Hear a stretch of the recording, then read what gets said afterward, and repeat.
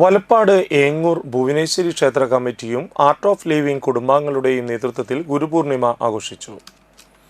എഴുത്തുകാരനും പ്രഭാഷകനുമായ ഹരീഷ് വി ബാബു ഗുരുപൂർണിമയുടെ പ്രാധാന്യത്തെക്കുറിച്ച് മുഖ്യ പ്രഭാഷണം നടത്തി.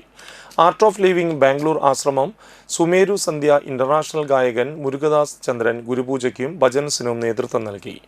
ഏങ്ങൂർ ക്ഷേത്രം സെക്രട്ടറി ദേവദാസ്, മുരുകദാസ് ചന്ദ്രൻ, ഹരീഷ് വി ബാബു, ശോഭ ഉണ്ണികൃഷ്ണൻ, പ്രീതി സുരേഷ്, ബിജു വിജയ്, ലത രാജു, സീതാലക്ഷ്മി, ജയകുമാർ എന്നിവർ ചേർന്ന് ഭദ്രദീപം തെളിയിച്ചു. നിരവധി പേർ ഭജൻസിലും ഗുരുപൂർണിമ ആഘോഷത്തിലും പങ്കെടുത്തു. വ്യാസപൂർണിമ എന്ന് കൂടി പറയാറുണ്ട് അല്ലേ? വ്യാസനുമായി ബന്ധപ്പെട്ട് നമ്മുടെ ഭാരതത്തിൻ്റെ പേര് പറഞ്ഞാൽ ഉയർന്നു കേൾക്കുന്ന ഒരു പേരാണ് വ്യാസൻ. ഗുരുപൂർണിമ പൗർണമിയുമായി ബന്ധപ്പെട്ടതാണ് ആണല്ലോ അല്ലേ? പൗർണമിയുടെ ഓപ്പോസിറ്റ് നമ്മൾ എന്താ പറയുക? അമാവാസി.